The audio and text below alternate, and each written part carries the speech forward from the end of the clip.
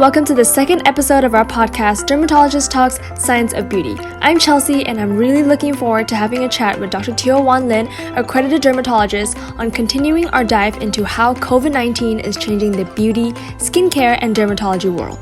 The topic we're going to be touching on today is something more and more people are experiencing as we face a new normal of wearing face masks in public.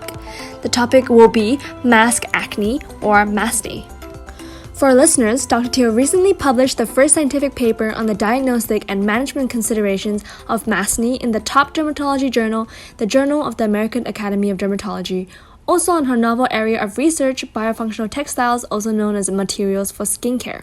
Since face masks have become a necessary byproduct of the pandemic, I found myself struggling with Maskne, and I'm sure many of our listeners have the same concerns too.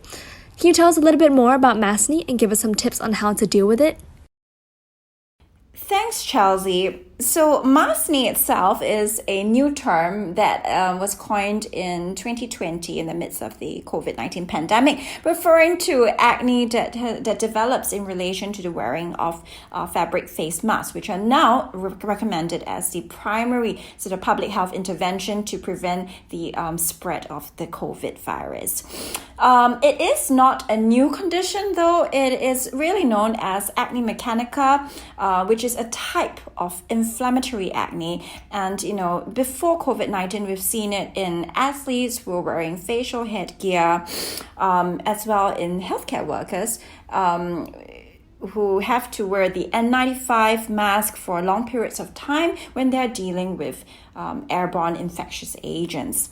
So the key thing about maskne here that's different from all the other types of acne mechanica we've spoken about is that we're talking about the impact of the textile, in this case a fabric mask, on skin and its microenvironment. So specifically, we're going to talk about the concept of textile skin friction.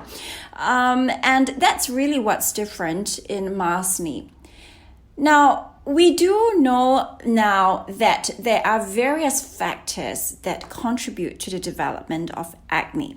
But in maskne, we're talking about how these factors are in relation to the skin microenvironment. So when you're wearing a face mask, what happens is that there is accumulation of moisture because of the respiratory, the salivary droplets that are recirculating in a somewhat enclosed environment. And depending on where you live, but in tropical Singapore, it just becomes incredibly humid and warm because of external temperatures and humidity as well. So these are the environmental factors that will change the balance of bacteria on your skin. And this is something we call the skin microbiome. So the root of maskne, as I've discussed in my research letter, distinguishes it from traditional types of inflammatory acne and even other types of acne mechanica is really the fact that it is an impact on the skin microbiome, specifically what we term as microbiome dysbiosis.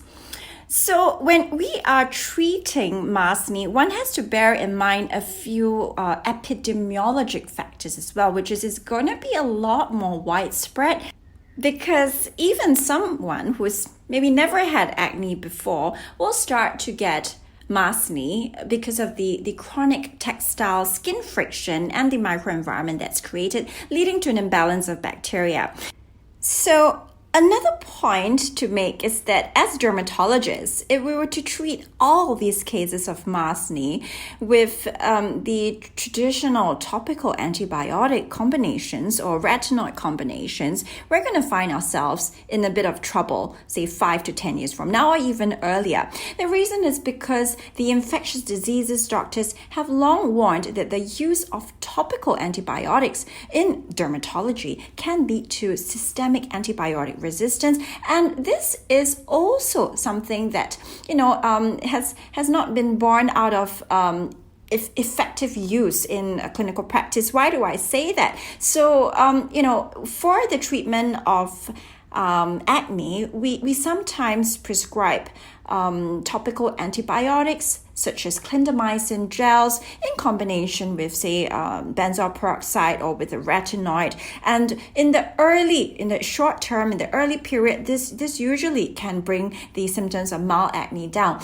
But what happens beyond the second, third month is what I've found in clinical practice is that the individual stops responding to these topical antibiotic formulations. And this is why I have moved away from using these synthetic formulas to focusing on botanical antioxidants, those which has been proven to have an anti-inflammatory effect. For example, we use an algae extract, which is chlorella, to treat the symptoms of hyperseborrhea. It controls our production and is also anti-inflammatory. So the other thing to consider in Maskne is we've spoken about the occlusive effect of wearing a face mask, right, in the microenvironment. So in dermatology, the occlusive effect of in such an environment can lead to increased absorption of anything you're applying on your skin.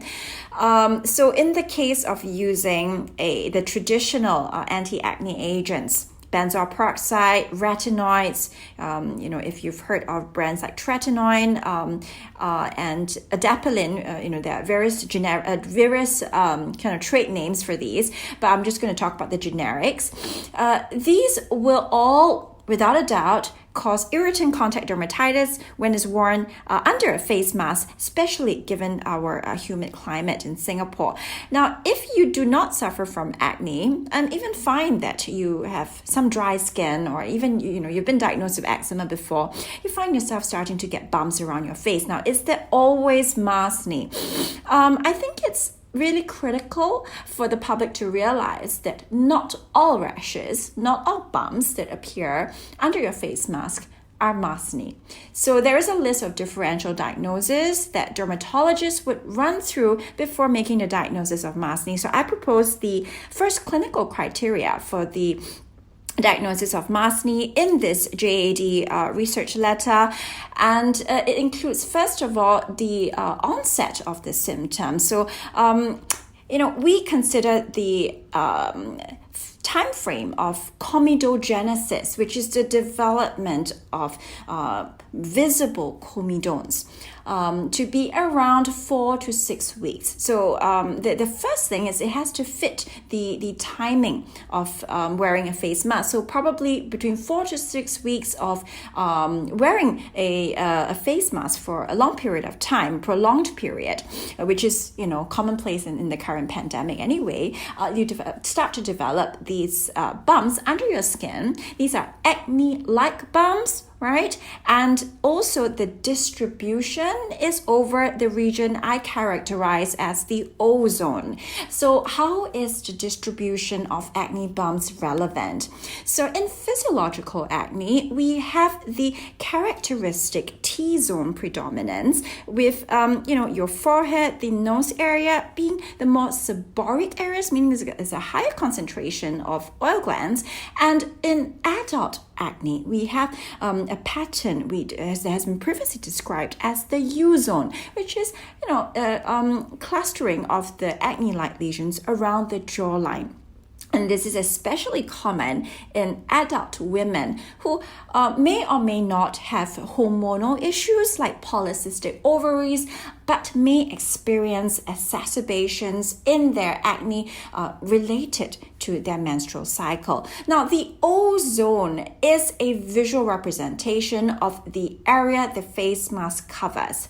Now, moving on very quickly to the proposed interventions that can be of significant value in combating the issues relating to Maskne, as we've described above, would be the concept of biofunctional textiles. So Dr. TW, Biomaterials, of which I am, for which I'm the Chief Scientific Officer, was born out of my intense interest and research into the arena of textile cosmeceuticals as a branch out from our main cosmeceutical research and development arm, Dr. TW Dermaceuticals. So it was born last year, and we work with material scientists and a pharmaceutical engineer who's also a qualified chemical engineer to come up with novel textiles with skin benefits. So in this research letter, I spoke about the potential of the use of such textiles. So we do know of our copper-infused nanoparticle fabric face mask that is made of a synthetic silk mimic. So that means that it's a lot more durable than ordinary silk, which I do not recommend as a face mask simply because it's not very durable. And the function of a face mask is it has to be able to withstand laundering. And laundering is an important aspect of maintaining hygiene, both for your skin and also for the purposes of, preventing the spread of COVID.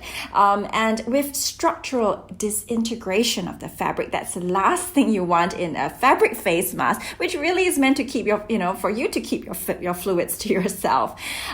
So this copper silk alternative has the benefit of stimulating collagen production based on the benefits of copper, which we spoke about earlier, and it also has broad spectrum antimicrobial effects, which means that it can control the balance of microorganisms, of germs, in particular the bacteria that's involved in acne. Okay, so we've heard about P. acnes, but we've also known in recent dermatological research that it's not just P. acnes. We have an evolving organism known as C. acnes. So the important thing is instead of using various topical antibiotics, which are of questionable long-term efficacy anyway, we should perhaps switch to a preventive measure. And because of the very nature of textiles having the longest contact time with the skin, it is a reasonable alternative for us to focus our research efforts into. You're absolutely right. Prevention is always better than cure. Thank you again for sharing all of these tips with us, Dr. Teo, and that about sums up our episode. Thank you guys for tuning in, and we'll see you guys on the next episode.